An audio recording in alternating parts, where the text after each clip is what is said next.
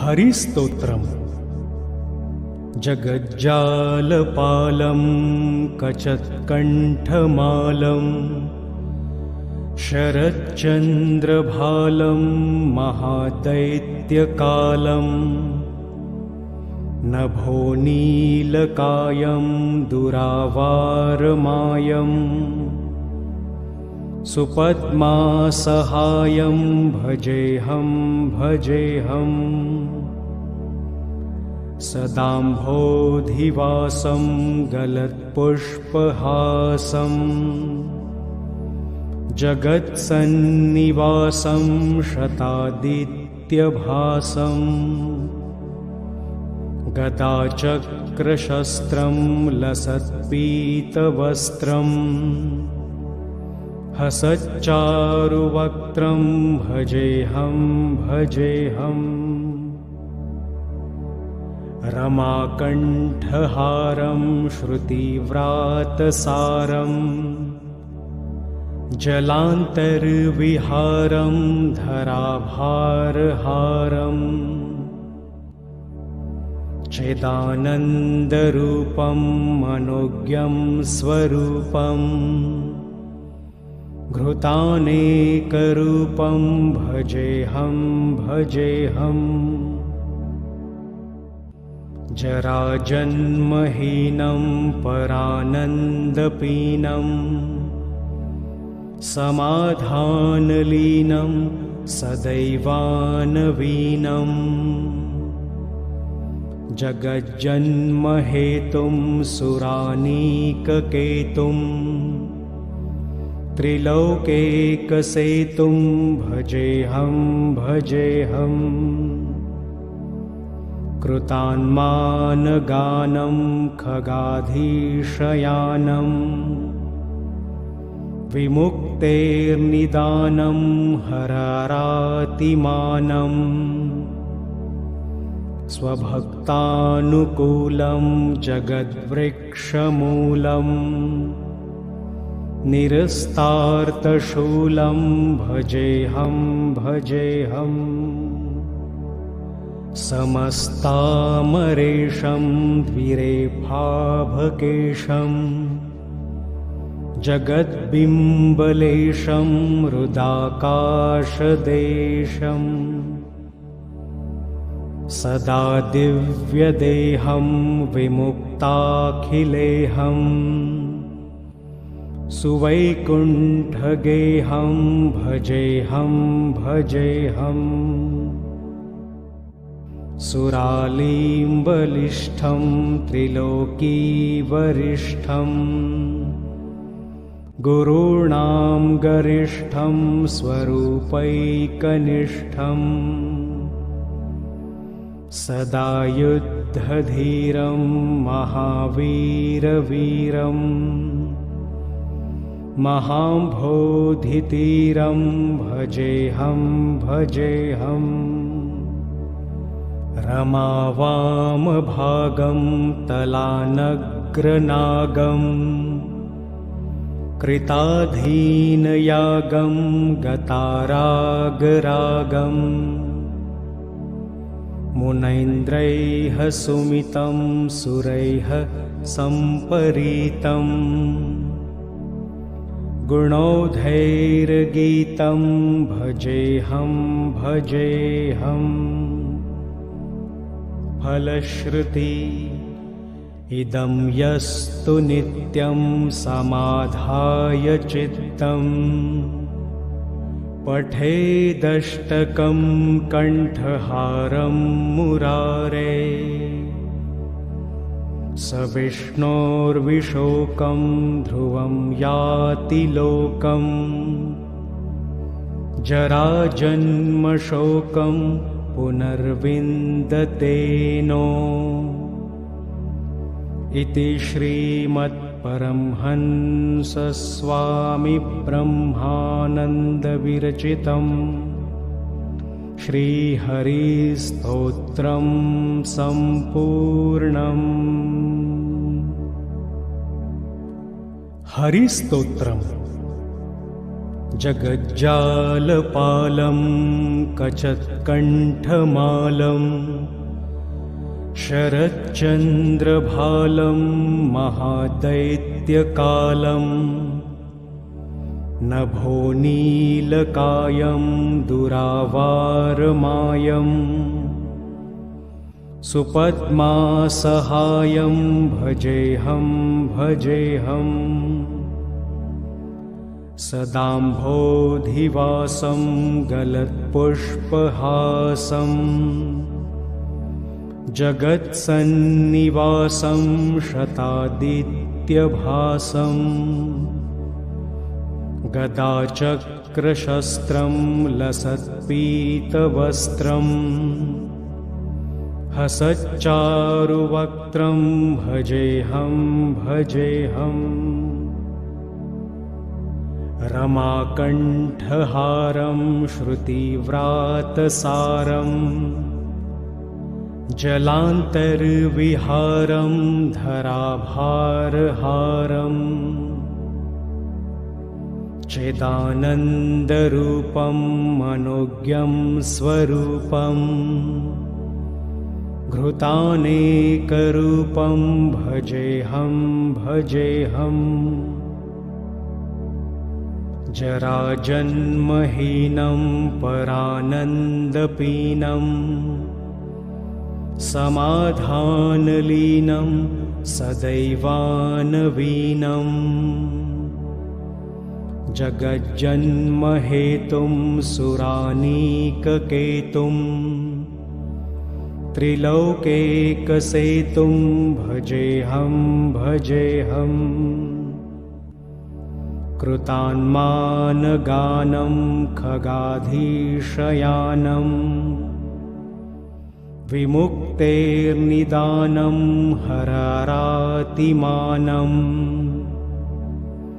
स्वभक्तानुकूलं जगद्वृक्षमूलं निरस्तार्तशूलं भजेऽहं भजेऽहम् समस्तामरेशं द्विरेफाभकेशं जगद्बिम्बलेशं हृदाकाशदेशं सदा दिव्यदेहं विमुक्ताखिलेहं सुवैकुण्ठगेहं भजेऽहं भजेऽहम् सुरालीम्बलिष्ठं त्रिलोकीवरिष्ठं गुरूणां गरिष्ठं स्वरूपैकनिष्ठं सदा युद्धधीरं महावीरवीरं महाम्भोधितीरं भजेऽहं भजेऽहम् रमावामभागं तलानग्रनागं कृताधीनयागं गतारागरागं मुनैन्द्रैः सुमितं सुरैः सम्परीतं गुणौधैर्गीतं भजेऽहं भजेऽहम् फलश्रुति इदं यस्तु नित्यं समाधाय चित्तं पठेदष्टकं कण्ठहारं मुरारे स विष्णोर्विशोकं ध्रुवं याति लोकं जराजन्मशोकं पुनर्विन्दतेनो इति श्रीमत्परमहंसस्वामिब्रह्मानन्दविरचितं श्रीहरिस्तोत्रं सम्पूर्णम्। हरिस्तोत्रम्। जगज्जालपालं, कचत्कण्ठमालं, शरच्चन्द्रभालं, महादैत्यकालं, नभोनीलकायं, दुरावारमायं, सुपद्मासहायं, भजेऽहं भजेऽहम्। जराजन्महीनं, परानन्दपीनं, समाधानलीनं, सदैवानवीनं, जगज्जन्महेतुं, सुरानीककेतुं, त्रिलोकैकसेतुं, भजेऽहं भजेऽहम्। कृतान्मानगानं, खगाधीशयानं, विमुक्तेर्निदानं, हररातिमानं, स्वभक्तानुकूलं, जगद्बिम्बलेशं, हृदाकाशदेशं, सदा दिव्यदेहं, विमुक्ताखिलेहं, सुवैकुण्ठगेहं, भजेऽहं भजेऽहम्। शरच्चन्द्रभालं महादैत्यकालं नभोनीलकायं दुरावारमायं सुपद्मासहायं भजेऽहं भजेऽहम् सदाम्भोधिवासं गलत्पुष्पहासं जगत्सन्निवासं शतादित्यभासं गदाचक्रशस्त्रं लसत्पीतवस्त्रं हसच्चारुवक्त्रं भजेऽहं भजेऽहम् रमाकण्ठहारं श्रुतिव्रातसारं जलान्तर्विहारं धराभारहारम्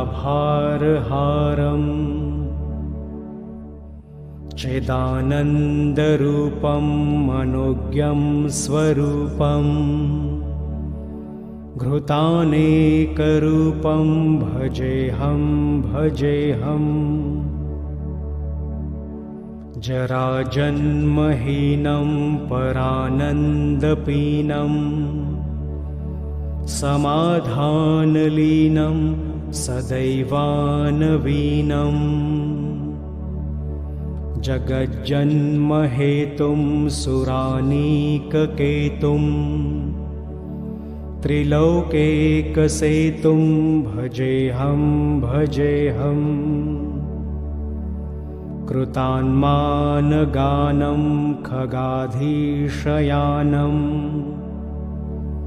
विमुक्तेर्निदानं हरारातिमानं स्वभक्तानुकूलं जगद्वृक्षमूलं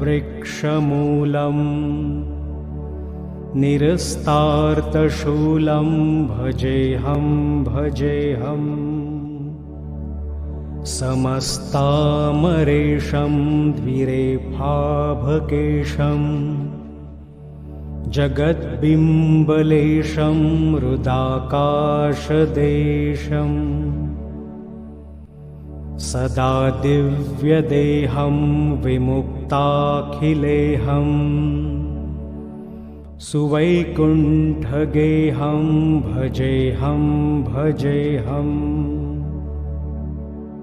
सुरालीम्बलिष्ठं त्रिलोकीवरिष्ठं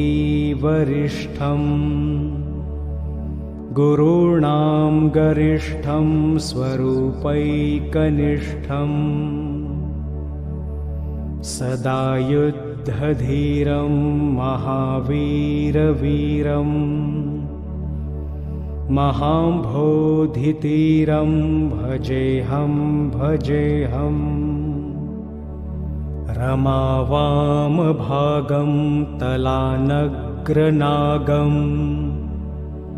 कृताधीनयागं गतारागरागं मुनैन्द्रैः सुमितं सुरैः सम्परीतं गुणौधैर्गीतं भजेऽहं भजेऽहम् फलश्रुति इदं यस्तु नित्यं समाधाय चित्तं पठेदष्टकं कण्ठहारं मुरारे स विष्णोर्विशोकं ध्रुवं याति लोकं जराजन्मशोकं पुनर्विन्दतेनो इति श्रीमत्परमहंसस्वामिब्रह्मानन्दविरचितं श्रीहरिस्तोत्रं सम्पूर्णम्। हरिस्तोत्रम् जगज्जालपालं कचत्कण्ठमालं शरच्चन्द्रभालं महादैत्यकालं नभो नीलकायं दुरावारमायम् सुपद्मासहायं भजेऽहं भजेऽहम् सदाम्भोधिवासं गलत्पुष्पहासं जगत्सन्निवासं शतादित्यभासं गदाचक्रशस्त्रं लसत्पीतवस्त्रं हसच्चारुवक्त्रं भजेऽहं भजेऽहम् रमाकण्ठहारं श्रुतिव्रातसारं जलान्तर्विहारं धराभारहारम् चिदानन्दरूपं मनोज्ञं स्वरूपं घृतानेकरूपं भजेऽहं भजेऽहम् जराजन्महीनं परानन्दपीनं समाधानलीनं सदैवानवीनम् जगज्जन्महेतुं सुरानीककेतुं त्रिलोकेकसेतुं भजेऽहं भजेऽहम् कृतान्मानगानं खगाधीशयानं विमुक्तेर्निदानं हरारातिमानं स्वभक्तानुकूलं जगद्वृक्षमूलं निरस्तार्तशूलं भजेऽहं भजेऽहम् समस्तामरेशं द्विरेफाभकेशं जगद्बिम्बलेशं हृदाकाशदेशम् सदा दिव्यदेहं विमुक्ताखिलेहं सुवैकुण्ठगेहं भजेऽहं भजेऽहम् सुरालीम्बलिष्ठं त्रिलोकीवरिष्ठं गुरूणां गरिष्ठं स्वरूपैकनिष्ठम् सदा युद्धधीरं महावीरवीरं महाम्भोधितीरं भजेऽहं भजेऽहम् रमावामभागं तलानग्रनागं कृताधीनयागं गतारागरागम् मुनैन्द्रैः सुमितं सुरैः सम्परीतं गुणौधैर्गीतं भजेऽहं भजेऽहम् फलश्रुति इदं यस्तु नित्यं समाधाय चित्तम् पठेदष्टकं कण्ठहारं मुरारे स विष्णोर्विशोकं ध्रुवं याति लोकम् जराजन्मशोकं पुनर्विन्दतेनो इति श्रीमद्परमहंसस्वामिब्रह्मानन्दविरचितं श्रीहरिस्तोत्रं सम्पूर्णम्। हरिस्तोत्रम् जगज्जालपालं कचत्कण्ठमालं शरच्चन्द्रभालं महादैत्यकालं नभो नीलकायं दुरावारमायं सुपद्मासहायं भजेऽहं भजेऽहं सदाम्भोधिवासं गलत्पुष्पहासं जगत्सन्निवासं शतादित्यभासं गदाचक्रशस्त्रं लसत्पीतवस्त्रं हसच्चारुवक्त्रं भजेऽहं भजेऽहम् रमाकण्ठहारं श्रुतिव्रातसारं जलान्तर्विहारं धराभारहारं चिदानन्दरूपं मनोज्ञं स्वरूपं घृतानेकरूपं भजेऽहं भजेऽहम् जराजन्महीनं परानन्दपीनं समाधानलीनं सदैवानवीनं जगज्जन्महेतुं सुरानीककेतुं त्रिलोकेकसेतुं भजेऽहं भजेऽहम् कृतान्मानगानं खगाधीशयानं विमुक्तेर्निदानं हरारातिमानं स्वभक्तानुकूलं जगद्वृक्षमूलं निरस्तार्तशूलं भजेऽहं भजेऽहम् समस्तामरेशं द्विरेफाभकेशं जगद्बिम्बलेशं हृदाकाशदेशं सदा दिव्यदेहं विमुक्ताखिलेहं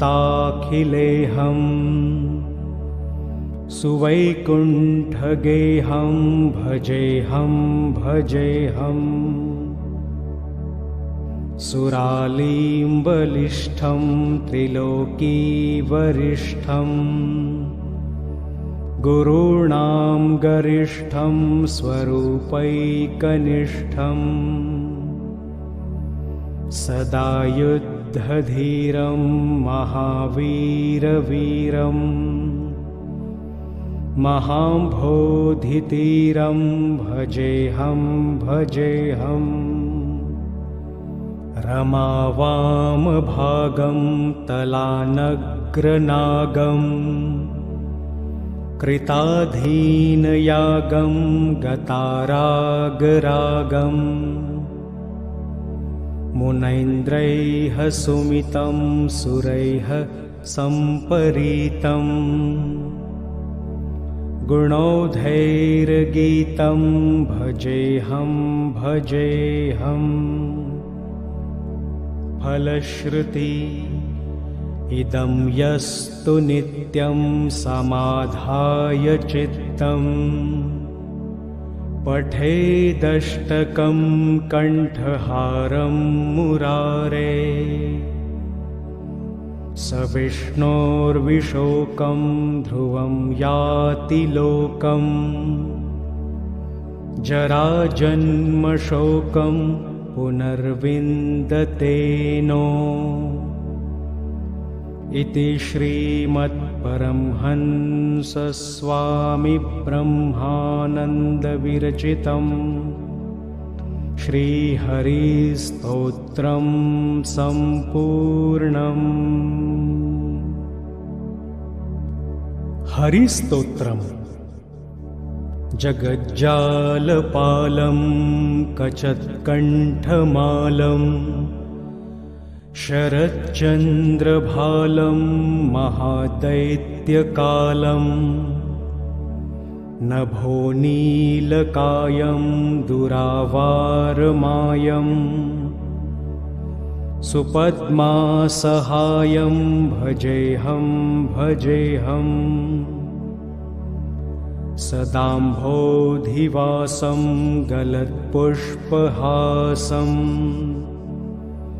जगत्सन्निवासं शतादित्यभासं गदाचक्रशस्त्रं लसत्पीतवस्त्रं हसच्चारुवक्त्रं भजेऽहं भजेऽहम् रमाकण्ठहारं श्रुतिव्रातसारं जलान्तर्विहारं धराभारहारम् चिदानन्दरूपं मनोज्ञं स्वरूपं घृतानेकरूपं भजेऽहं भजेऽहम् जराजन्महीनं परानन्दपीनं समाधानलीनं सदैवानवीनं जगज्जन्महेतुं सुरानीककेतुं त्रिलोकेकसेतुं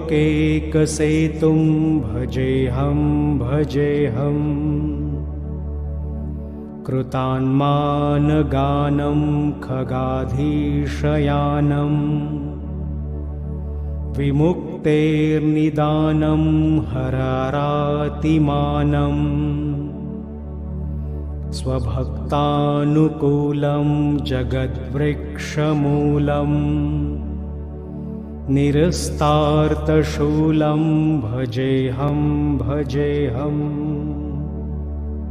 समस्तामरेशं द्विरेफाभकेशं जगद्बिम्बलेशं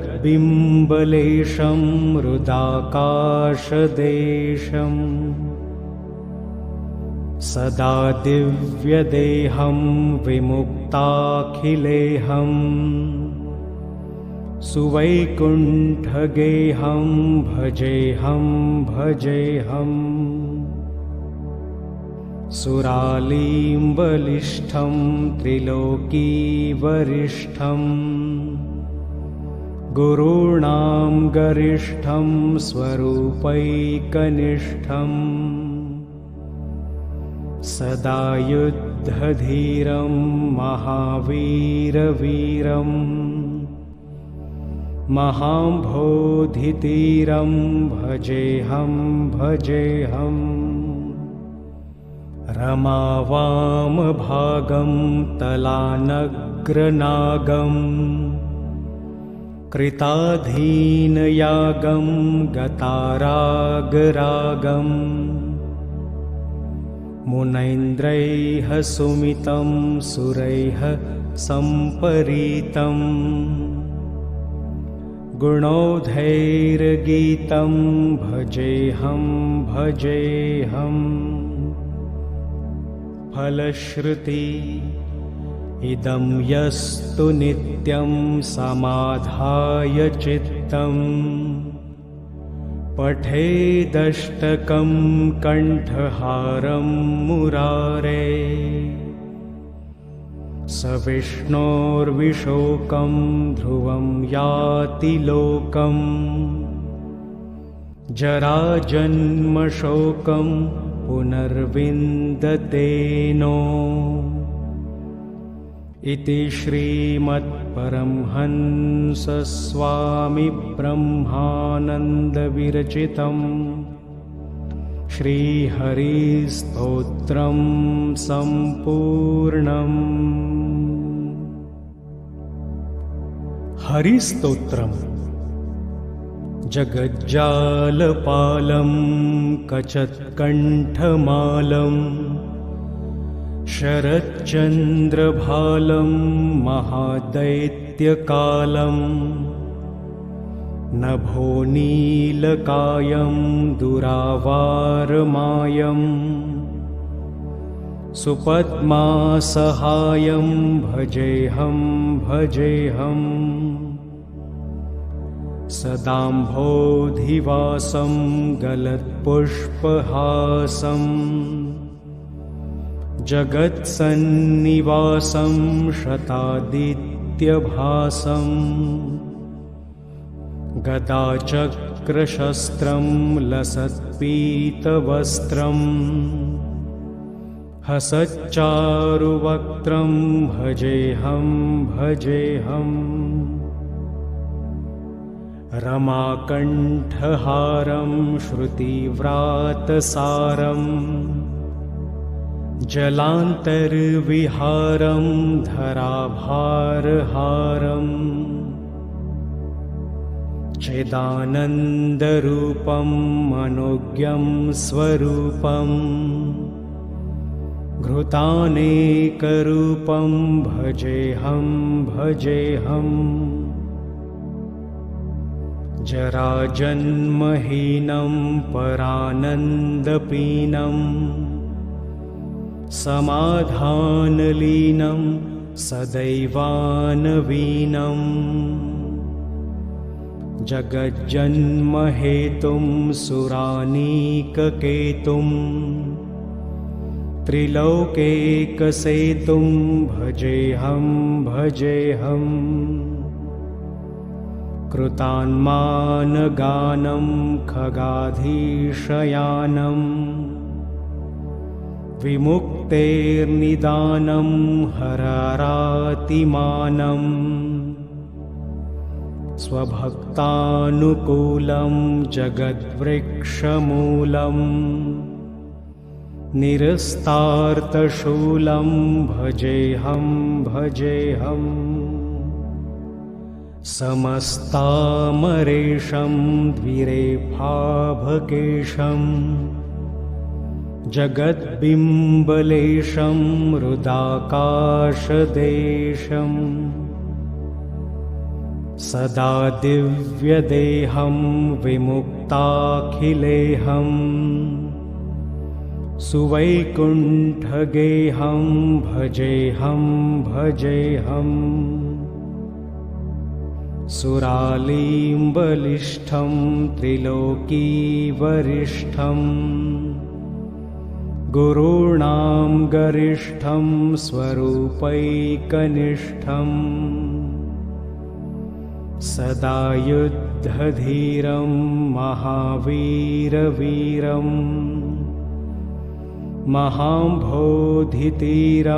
भजेऽहं भजेऽहम्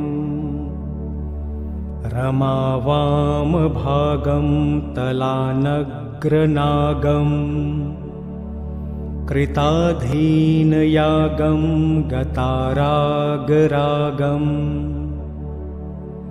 मुनैन्द्रैः सुमितं सुरैः सम्परीतम् गुणौधैर्गीतं भजेऽहं भजेऽहम् फलश्रुति इदं यस्तु नित्यं समाधाय चित्तं पठेदष्टकं कण्ठहारं मुरारे स विष्णोर्विशोकं ध्रुवं याति लोकम् जराजन्मशोकं पुनर्विन्दतेनो